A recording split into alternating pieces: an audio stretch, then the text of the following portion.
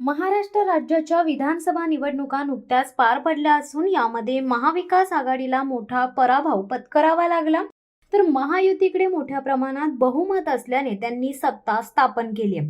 मुख्यमंत्री देवेंद्र फडणवीस यांच्या नेतृत्वाखाली एकूण 42 मंत्र्यांनी शपथ घेतली।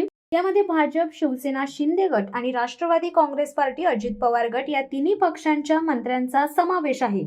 17 दिवस उलटून गेल्यानंतरही बहुतांश मंत्र्यांनी आपल्या खात्याची जबाबदारी स्वीकारली नाही। मात्र काल मुख्यमंत्री देवेंद्र फडणवीस यांनी सर्व मंत्र्यांना लवकरात लवकर खात्याचा पदभार स्वीकारावा असे आदेश दिलेत। आज महाड, माणगाव, पोलादपूर आमदार तथा नामदार मंत्री भरत गोगावले यांनी आपल्या कार्यालयाचा पदभार स्वीकारला। मंत्रालयातील विस्तार इमारत 3ऱ्या मजल्यावरील दालन क्रमांक 314, 316, 318 या कार्यालयाचा पदभार यावेळी त्यांनी स्वीकारलाय।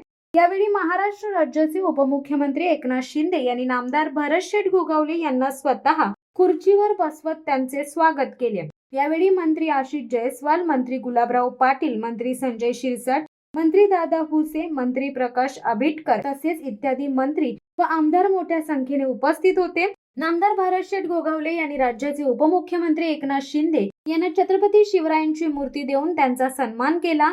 तसेच इतर उपस्थित मंत्र्यांचा देखील नामदार गोगावले यांच्याकडून यावेळी सन्मान करण्यात आला। शिवसत्ता टाइम्ससाठी अमोल कुमार जैन, रायगड।